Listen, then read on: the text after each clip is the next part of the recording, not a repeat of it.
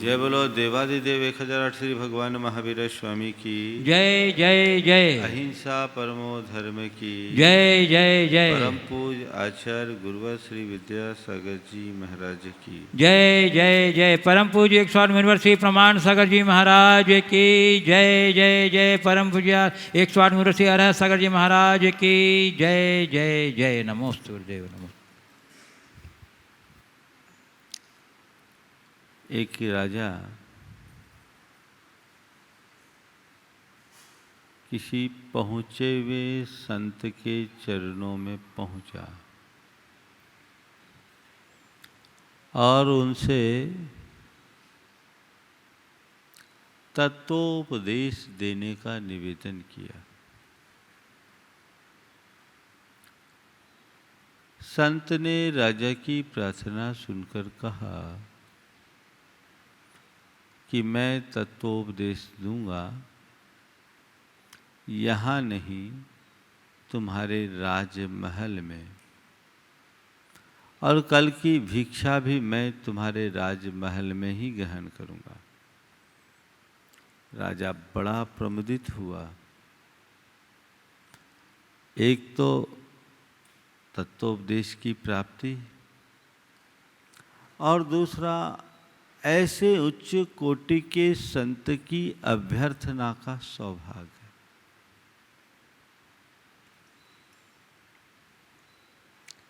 निश्चित समय पर संत राजमहल में पधारे। राजा ने पहले उनसे भिक्षा ग्रहण करने का निवेदन किया। संत ने कहा, मैं भिक्षा में ज़्यादा कुछ नहीं लेता, मेरे पास मेरा कटोरा है, कोई एक वस्तु केवल इस कटोरे भर लूँगा। छोटा सा कटोरा था। राजा ने उसमें खीर परोसा, पर ये क्या,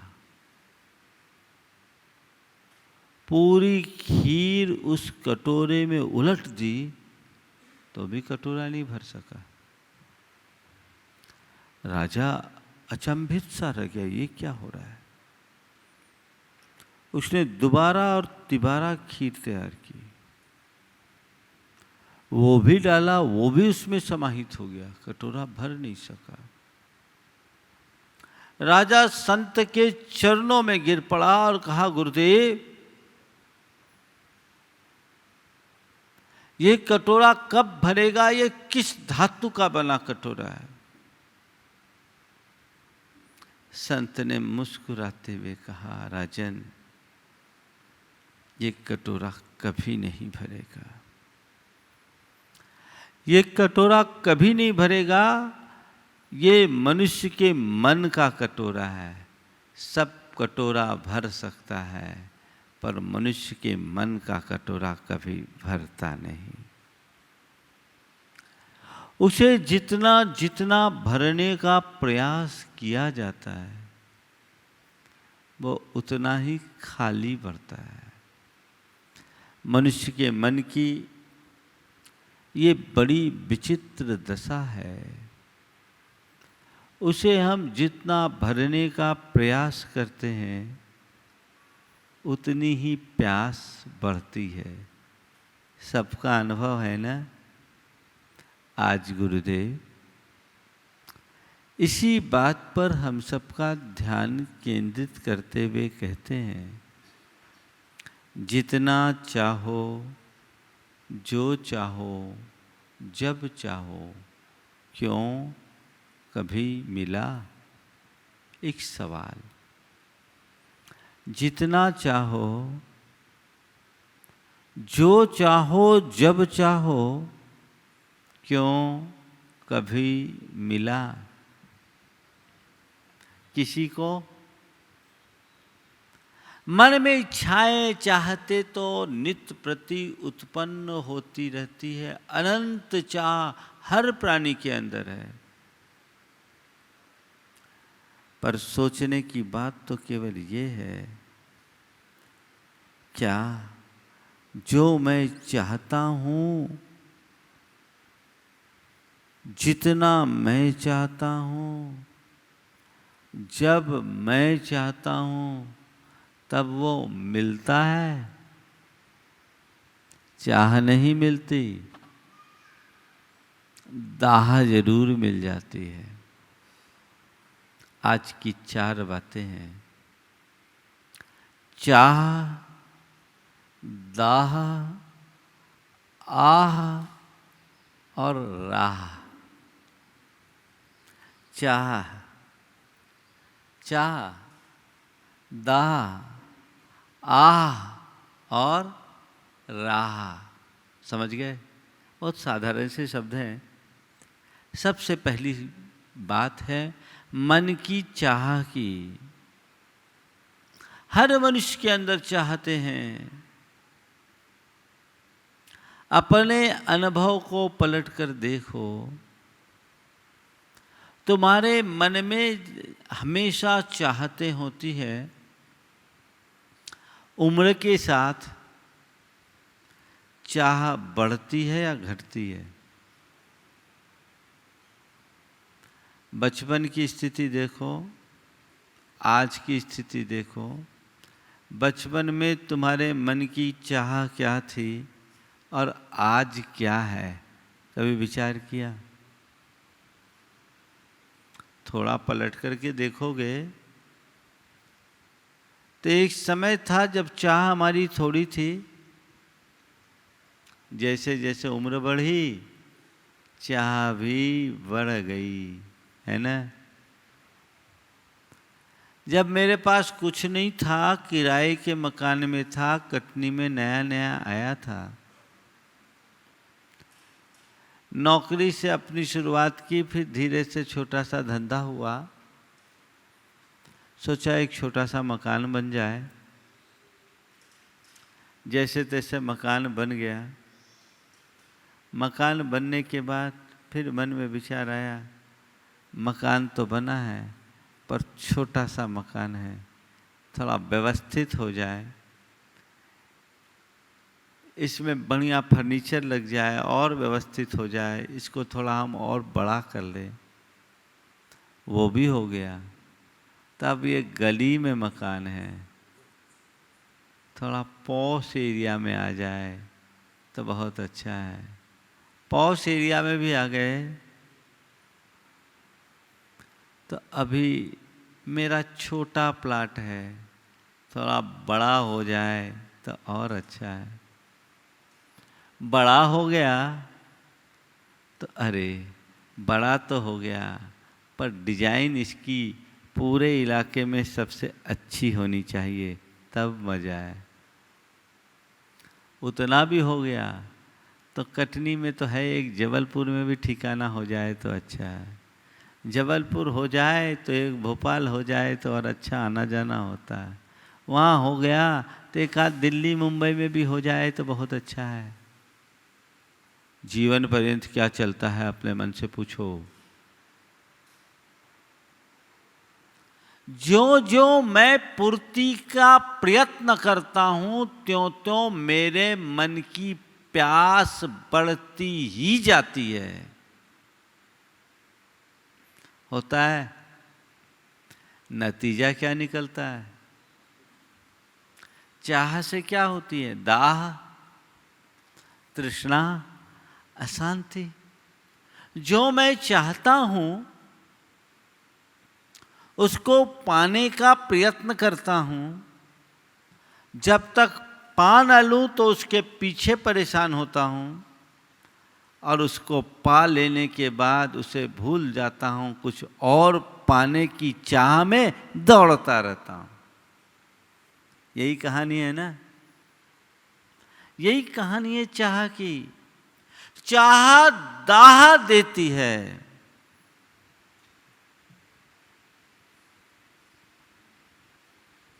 काश मनुष्य इस बात को समझे। आप लोग गीत गाते हैं, रहता है झोपड़ी में मगर महलों की चाह है, ये चाह ही तेरे लिए कांटों की राह है। इस चाह को तू मार ले, बस हो गया भजन। आदत बुरी सुधार ले, बस हो गया भजन। मन की तरंगे मार ले, बस हो गया भजन। आप लोग गाते हैं ना, क्या मतलब है? ये चाह ही तेरे लिए कांटों की राह है। समझ में आती है बात? कितनी चाहत। एक विचारक ने बहुत अच्छी बात लिखी कि जब एक छोटा सा बच्चा पलने में झूलता है, जब कोई बच्चा पलने में झूलता है उस समय उसे पलना भी बहुत बड़ा दिखता है, लेकिन जब वो बड़ा हो जाता है तो पूरा संसार उसे छोटा दिखने लगता है। सवाल, आखिर कितनी चाह और कैसी चाह? समीक्षा करो। चलो, मेरे मन में चाह हुई महाराज, चाह तो स्वाभाविक है, औरों को देखते हैं हमसे आगे तो हमको भी चाह तो होती है। चलो, मैं आपसे सवाल पूछना चाहता हूं कि तुम थोड़ा पलट कर देखो, तुमने जितना चाहा है, जो चाहा है, जब चाहा है, क्या वह कभी मिला?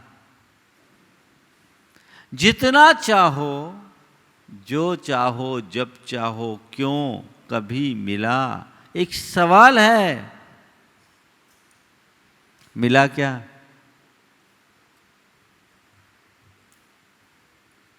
ध्यान रखने की बात केवल ये है कि संसार में कोई कल्प वृक्ष नहीं है।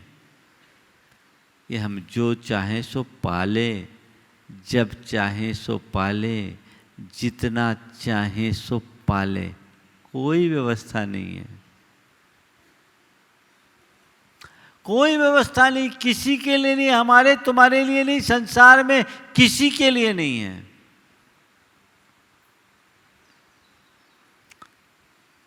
जो मैं चाहूं वो मुझे मिले, ये मेरे हाथ में नहीं है, पर मुझे जो मिला है उसे मैं चाहूं, ये मेरे हाथ में है। बोलो, कौन सा रास्ता उपयोगी है? जो तुम्हारे हाथ में नहीं है उसके पीछे भागना, या जो तुम्हारे हाथ में है उसे संभालना? कौन सा? पहला वाला कि दूसरा वाला? दूसरा वाला। पर महाराज हम तो पहले नंबर का काम करते हैं, आप ही लोग कहते हैं नंबर 2 नहीं रहना चाहिए, है ना? जो मेरे हाथ में नहीं है उसके पीछे भागना नादानी के सिवाय और क्या है? ये चाह नहीं, दाह है। जीवन के सारे दुख, आकुलता और संताप का यही कारण है। बड़े से लेकर छोटे तक सब इसी में परेशान हैं। दाम बिना निर्धन दुखी, तृष्णावश धनवान, और कहूं न सुख संसार में। सब जग देखो, सबको पता है। गरीब अभाव में दुखी है और अमीर अधिक चाह में दुखी है। वो अपने अभाव को मिटाने में परेशान है और ये अपना प्रभाव बढ़ाने में परेशान है। परेशान तो दोनों ही हैं। इस परेशानी से बाहर निकलने की जरूरत है। ये जंजाल है, मनुष्य के मन में पलने वाली चाहते उसे जीवन भर रुलाती है।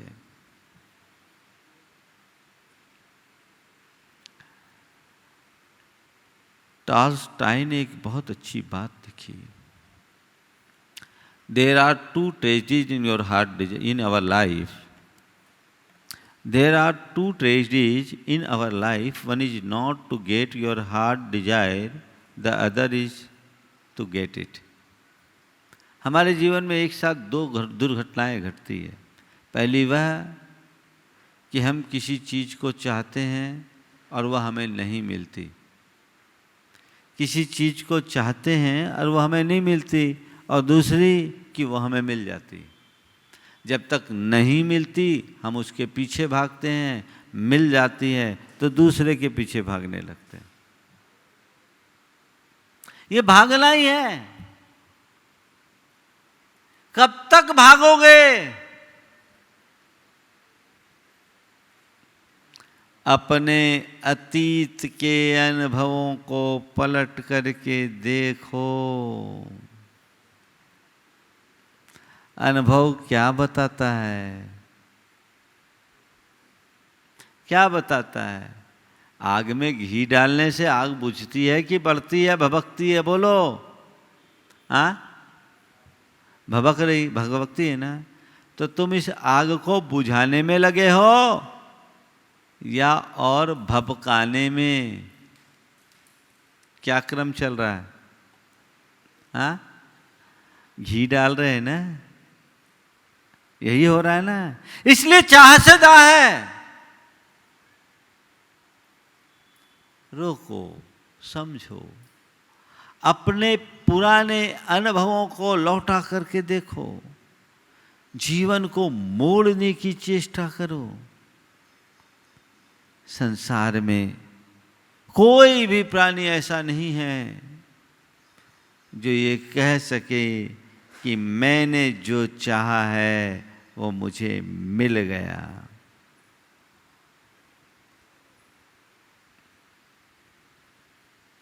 हाँ, महान वो नहीं है जिसके अंदर चाहते हैं और उसे पूरा करने का प्रयत्न कर लिया। महान वो है जिसके मन में कोई चाह ही नहीं है। आप लोग बोलते हैं चाह गई, चिंता मिटी, मनवा बेपरवाह, और जिसको कुछ नहीं चाहिए वो साहन के साह बनना है, पर अभी तो दाह लगी है। नतीजा आह, यही है ना। दाह होगी तो आह होगी ही होगी। रास्ता मोड़ने की जरूरत है। सही राह पकड़ो। चाहतों को पूर्ण करने का नहीं, सही राह संतोष का है। संतोष धारो, और संतोष धारण के लिए संयम का रास्ता अपनाओ। संयम से आता है संतोष, और संतोष से मिटती है चाह। सदैव एक बात ध्यान रखना, इच्छाओं की पूर्ति से इच्छाओं की तृप्ति नहीं होती। इच्छाओं का नियंत्रण ही इच्छा तृप्ति का साधन है। नहीं तो दुनिया में तो एक ही बात दिखती है, जितना होना उतना रोना। The more they get, the more they want. जहां लाहो तहां लो हो।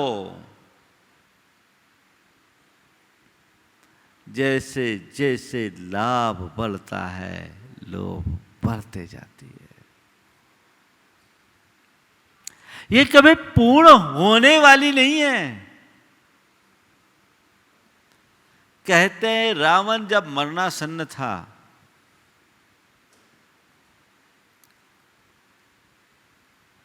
तो उससे किसी ने पूछा कि आपने अपने जीवन में बहुत कुछ किया, कुछ और करना शेष रह गया क्या? तो रावण ने कहा मैंने बहुत कुछ किया, पर मेरे मन की 3 इच्छाएं अधूरी रह गई, और उन इच्छाओं के रहते ऐसा लगता है कि मैंने जीवन में कुछ नहीं किया। अब मैं इस दुनिया से जा रहा हूँ, अगर और लोग इसे पूरा कर सके तो बहुत अच्छा होगा। पूछा ऐसी कौन सी इच्छाएं थी जो आपसे अधूरी रह गई? उन्होंने कहा कि मैंने सोने की लंका बनाई। मैं सोचता था सोना तो मैंने पा लिया, सोने में सुगंध हो जाती तो और अच्छा होता, पर मेरी ये इच्छा अधूरी रह गई। मेरे इर्द गिर्द समुद्र है, समुद्र में अपार जल राशि है, पर उसकी कोई उपयोगिता नहीं। मैं सोचता था काश समुद्र का पानी मीठा हो जाए तो सर्वोपयोगी हो जाए, लेकिन मेरी वो इच्छा भी पूरी नहीं हो सकी। और मेरी तीसरी इच्छा थी अग्नि तो जले पर उससे धुआं न निकले, अग्नि तो जले पर उससे धुआं न निकले। मेरी वो इच्छा भी अधूरी रह गई। और इतना कहते ही रावण के प्राण निकल गए। ये घटना काल्पनिक है, लेकिन इसका कथ्य बहुत सत्य है।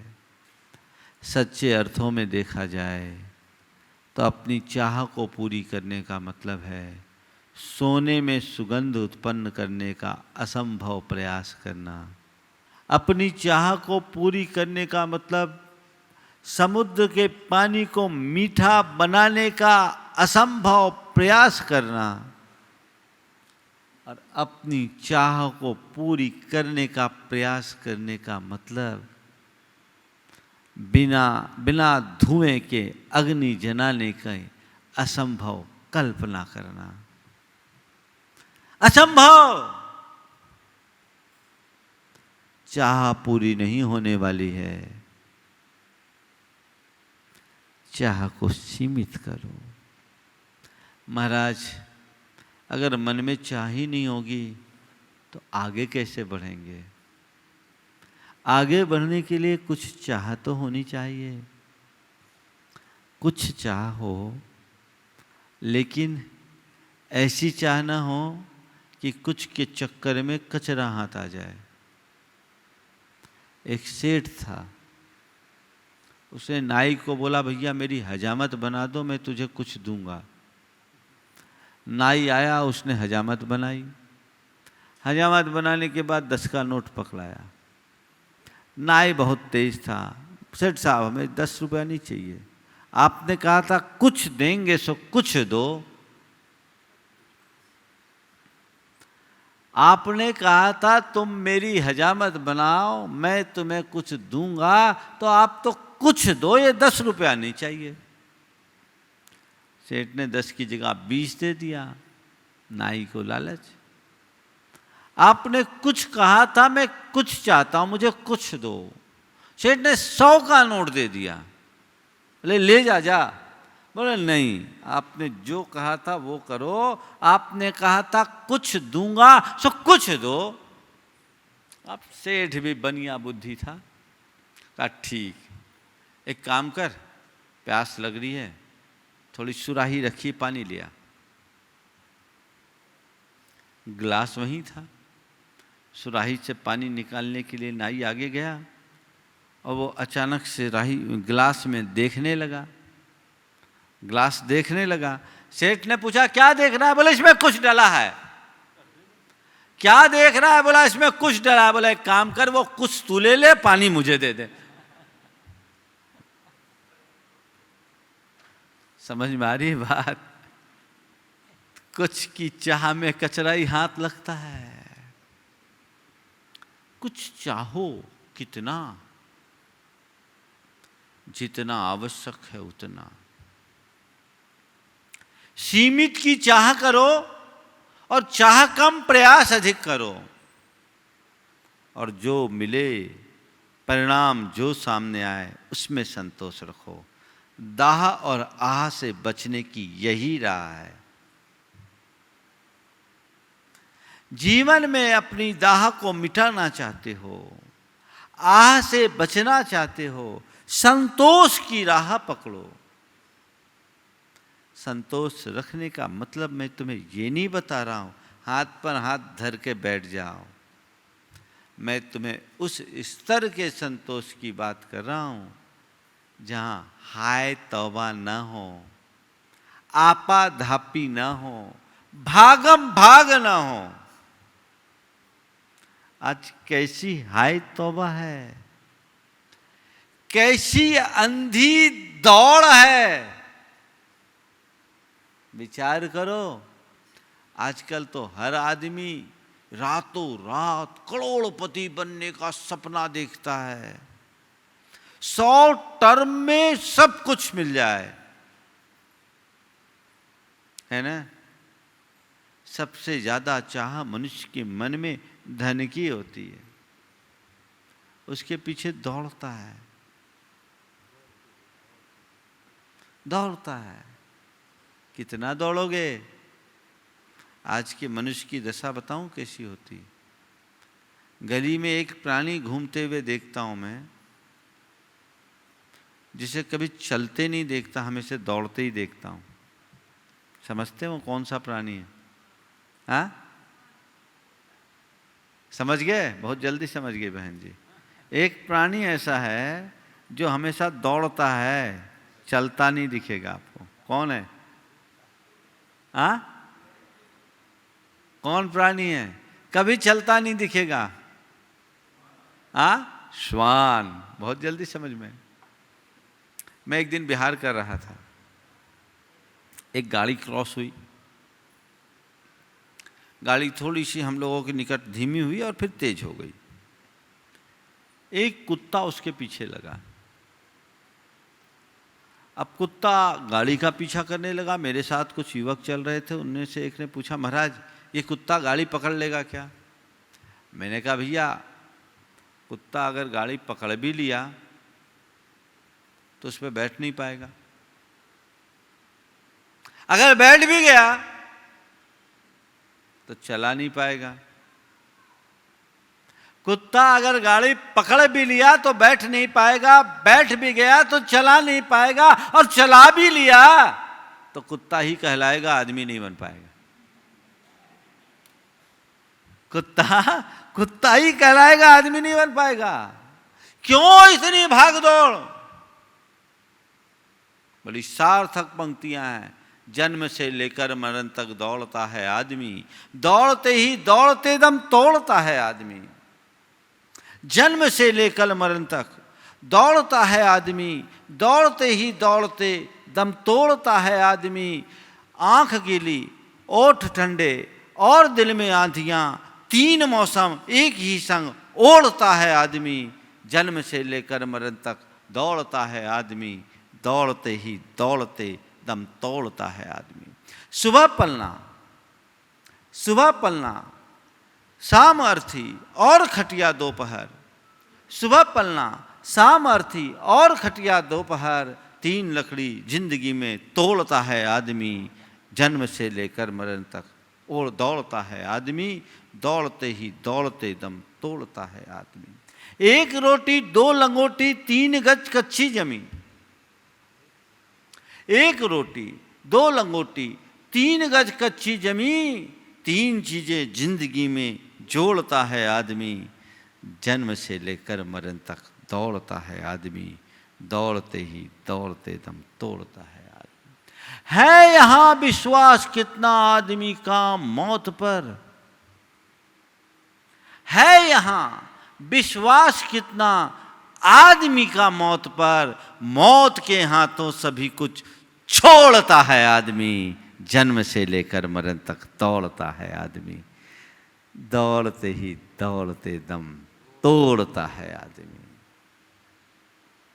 विचार करने की जरूरत है, आखिरकार मेरा लक्ष्य क्या है, ध्येय क्या है, कितना,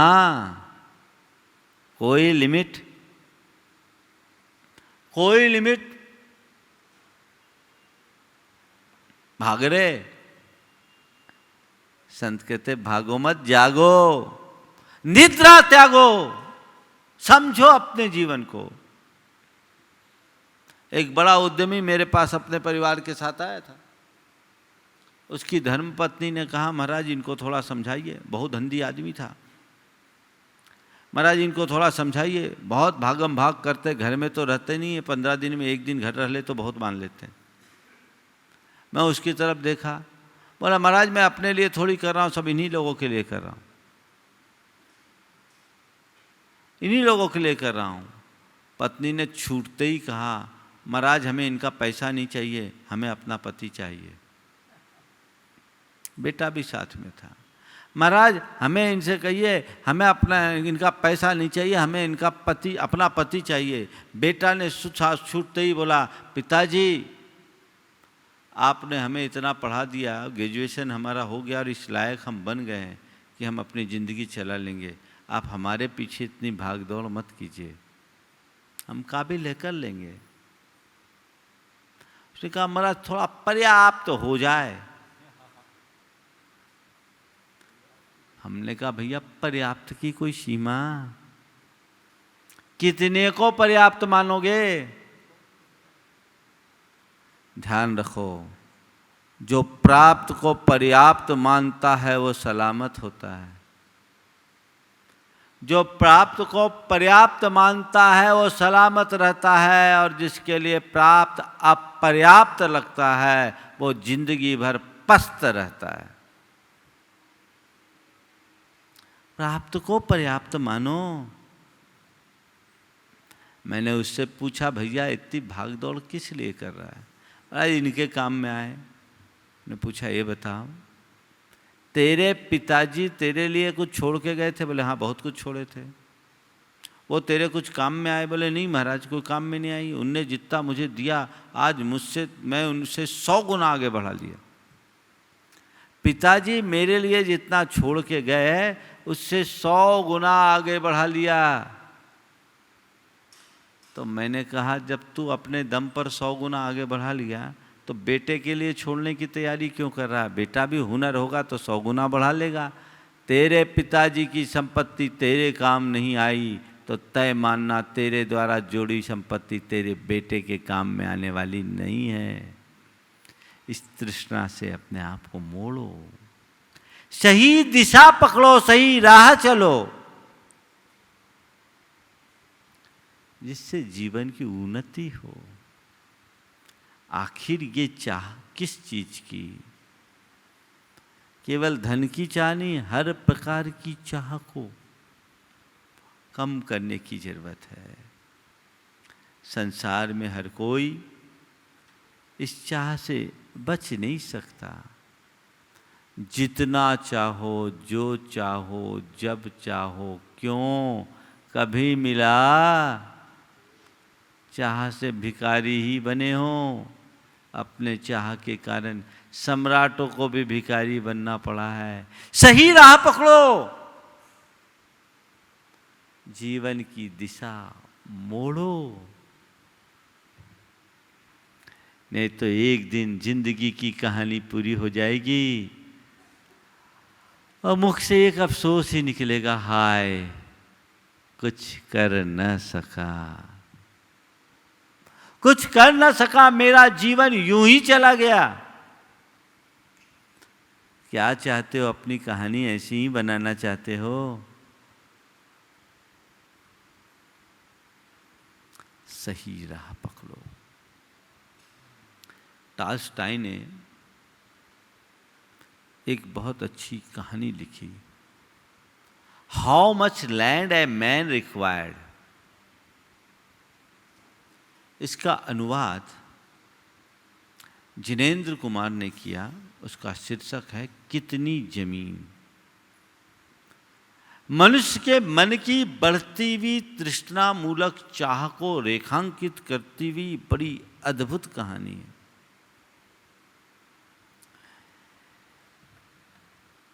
एक किसान के यहाँ किसी संत का आगमन हुआ। किसान ने संत का आत्मिक स्वागत किया, उन्हें भोजन पानी कराया, उनकी सेवा की। किसान की सेवा से वे संत बड़े प्रसन्न हो उठे। उन्होंने पूछा कि तुम क्या करते हो? उसने कहा 2 बीघा जमीन है, जोतता हूँ, अपने और अपने परिवार का पेट पालता हूँ और आप जैसे संतों की रज अपने माथे पर रखकर जीवन को निहाल करता हूँ। संत ने कहा बस तुम्हारे पास केवल 2 बीघा जमीन है, तुम बड़े गरीब हो। तुम्हारे पास केवल 2 बीघा जमीन है, तुम बड़े गरीब हो। संत ने पूछा, किसान ने पूछा महाराज ये गरीब क्या होता है? उसे पता ही नहीं था, वो जानता ही नहीं था कि अमीर और गरीब क्या होता है। पूछा गुरुवर वो गरीब क्या होता? बोले जिसके पास कम जमीनें होती है वो गरीब होता है, और जिसके पास ढेर सारी जमीनें होती है वो अमीर होता है। अच्छा, ढेर सारी जमीन वाले लोग अमीर होते हैं? बोले हाँ। और वो सच में गरीब बन गया, क्योंकि अमीर बनने की चाह जो जग गई, उसी क्षण वो गरीब हो गया। उसके चेहरे की चमक खत्म हो गई, वो मायूसी छा गई। संत ने कहा वत्स तूने मेरी सेवा की है, मैं तुझे अमीर होने का रास्ता बताता हूं। मैं तुझे अमीर होने का रास्ता बताता हूं, तो चिंता मत कर।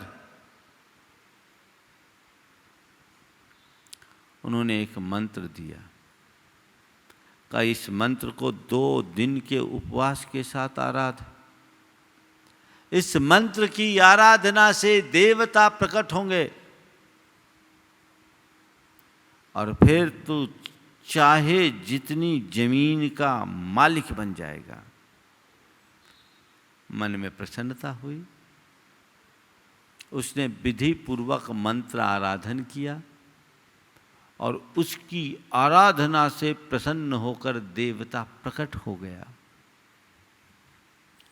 प्रकट होते ही देवता ने कहा देख, दूर दूर तक जितनी जमीन दिख रही है सब मेरी है।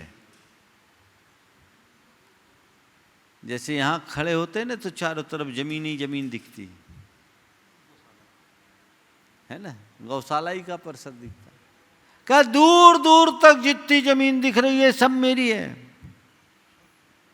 एक काम कर, कल सुबह सूर्योदय से लेकर सूर्यास्त तक का समय तुझे देता हूं, तो जितनी जमीन घेर लेगा सब तेरी कर दूंगा। सूर्योदय से सूर्यास्त तक, कल सुबह सुबह आना, सुबह से शाम तक तू जितनी जमीन घेरेगा सब तेरी कर दूंगा। बड़ा खुश हुआ, रात सो न सका, सपने में भी दौड़ता रहा। उसे सब तरफ जमीन ही जमीन, जमीन ही जमीन दिख रही थी। सुबह हुई, कुछ खाया पिया भी नहीं। खा पी लेंगे तो दौड़ेंगे कैसे? पानी का एक बोतल जरूर टांग लिया और सुबह होते ही, सूरज उगते ही उसने दौड़ना शुरू किया। थोड़ी ही देर में बहुत आगे निकल गया। उसने सोचा अभी तो दिन चढ़ा भी नहीं, मैं कितना आगे आ गया, और आगे बढ़ूं। पानी पीने को भी एक पल के लिए नहीं रुका। रुकता कैसे? 2-4 गज जमीन जो कम हो जाती। दौड़ा, दिन चढ़ने तक वो काफी आगे निकल गया। शरीर की हालत थककर चूर। तब उसे ख्याल आया, मुझे लौट करके भी अपने पॉइंट पर आना है। और जब वो लौटना शुरू किया, दिन ढलना शुरू हो गया। दोपहर बाद जब वो लौटना शुरू किया, शरीर में ताकत नहीं बची, बड़ा शिथिल हो गया। गिरते पड़ते वो आगे दौड़ते दौड़ते शक्ति बटोर कर दौड़ना शुरू रख किया। अचानक एक पत्थर से ठोकर खाकर गिरा सो पूरी तरह गिर गया, फिर उठ न सका, वो वहीं ढेर हो गया। गिरा सो पूरी तरह गिर गया, वो उठ न सका, वहीं ढेर हो गया। कहते हैं उस देवता ने उसी जगह उसकी कब्र बना दी और उस पर लेख अंकित कर दिया, बस इतनी सी जमीन के पीछे, बस इतनी सी जमीन के पीछे ये आदमी जिंदगी भर दौड़ता रहा। बहुत बड़ा पाठ है हम सबको। बस इतनी सी जमीन के पीछे ये आदमी जिंदगी भर दौड़ता रहा। कुछ भी नहीं है तेरा, 2 गज जमी है तेरी। कुछ भी नहीं है तेरा, 2 गज जमी है तेरी। मिल जाए ये भी तुझको, ये भी नहीं जरूरी। और भाई तुम जिस परंपरा में जन्मे हो, वहाँ तो वो 2 गज जमीन भी नसीब नहीं, उसी 2 गज में न जाने कितने को निपटाए। समझो, अपनी चाह को सही राह में लगाओ। धन दौलत और भोग विलासता की चाह को मोड़ो। चाह ही यदि उत्पन्न करना चाहते हो तो अपनी चाह को मिटाने की चाह जगाओ। चाह को मिटाने की चाह जगाओ। जिस दिन ऐसी चाह जग जाएगी, तुम्हें तुम्हारे जीवन की सही राह मिल जाएगी। यह मन की चाह ही तुम्हें सही राह नहीं पकड़ने देती, उससे दूर करती है, जीवन भर उलझा के रखती है। विचार करे, मंथन करे, जितना चाहो, जो चाहो, जब चाहो, क्यों कभी मिला? ये प्रश्न है। मिला क्या? मिलेगा। महाराज अभी तक नहीं मिला, आगे मिल जाएगा, ऐसा है? अभी तक नहीं मिला, आगे मिल जाएगा। न भूतो न भविष्यति। तुम्हें क्या, महान पुरुषों को भी नहीं मिला, किसी को नहीं मिला, न मिला है न मिल सकेगा। इस सत्य को समझो, स्वीकार करो, आत्मसात करो और जीवन की राह पकड़ो। आध्यात्मिक दृष्टि हो। जीवन के लिए अपेक्षित संसाधन जुटाओ, पर तृष्णा को अपने मन पर हावी मत होने दो। वो अंतहीन है। एक समय तक आप अपने व्यापार व्यवसाय में अपने आप को इन्वॉल्व रखते रखो, कहीं तो फुल स्टॉप हो, विराम दो, राह पकड़ो। धर्म की राह, संयम की राह, संतोष की राह, आत्म चैन की राह। मैं देखता हूं उम्र पार कर जाने के बाद भी लोग अपनी राह नहीं बदल पाते। आखिर कब तक ये भागम भाग? कब तक? सही राह पकड़िए, जीवन को आगे बढ़ाइए। जितना चाहो, जब चाहो, जो चाहो, क्यों कभी मिला ये सवाल, और उसके लिए 4 बातें अपने मन मस्तिष्क में अंकित कर लीजिए। चाह, दाह, आह। राह पकड़ लो तो वाह, आह को वाह में बदलना चाहते हो, बोलो। आह को वाह में बदलना चाहते हो, राह पकड़ लो। राह भी नहीं पकड़ना तो कोई रास्ता नहीं है। तो बस 4 बातें आपको याद रखना है। चाह, दाह, आह और राह, फिर जीवन में हो जाए वाह।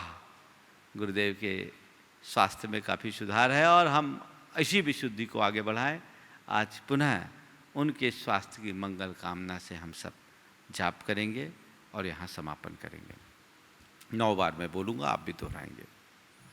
ओम ह्रीं अर्हंसि पार्श्वनाथ जिनेन्द्राय नमो नमः। ओम ह्रीं अर्हंसि पार्श्वनाथ जिनेन्द्राय नमो नमः। ओम ह्रीं अर्हंसि पार्श्वनाथ जिनेन्द्राय नमो नमः। ओम ह्रीं अर्हंसि पार्श्वनाथ जिनेन्द्राय नमो नमः। ओम ह्रीं अर्हंसि पार्श्वनाथ जिनेन्द्राय नमो नमः। ओम ह्रीं अर्हंसि पार्श्वनाथ जिनेन्द्राय नमो नमः। ओम ह्रीं अर्हंसि पार्श्वनाथ जिनेन्द्राय नमो नमः। ओम ह्रीं अर्हंसि पार्श्वनाथ जिनेन्द्राय नमो नमः। ओम ह्रीं अर्हंसि पार्श्वनाथ जिनेन्द्राय नमो नमः।